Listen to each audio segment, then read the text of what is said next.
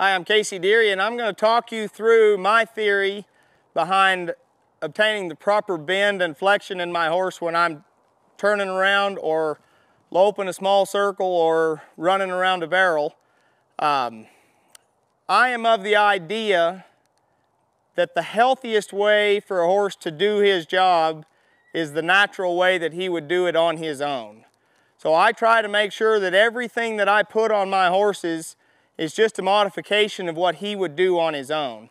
So in the sense of a small circle or a spin or a turn, I want to make sure that this horse is allowed to use his head and neck as balance, and that's it.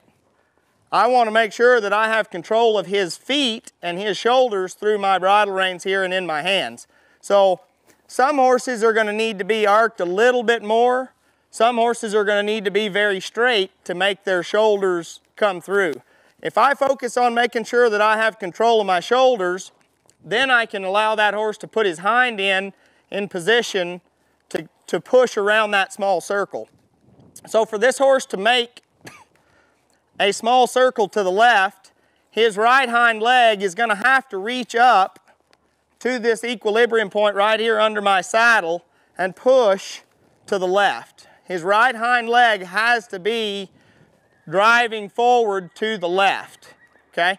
If I take and bend his nose all the way around here, his shoulders are going to be pointing to the outside, and I'm going to take away my horse's power in his hind end.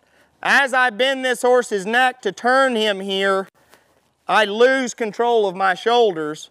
When I lose control of those shoulders, I lose all my power from behind. So I want to make sure anytime I steer or I turn that I do it out of my outside rein.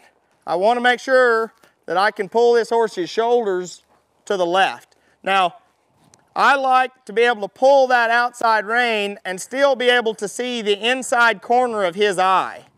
So when I look down his neck, I want to see the very corner of that inside eye. And it shouldn't matter how hard I pull this rein, he should continue looking that direction.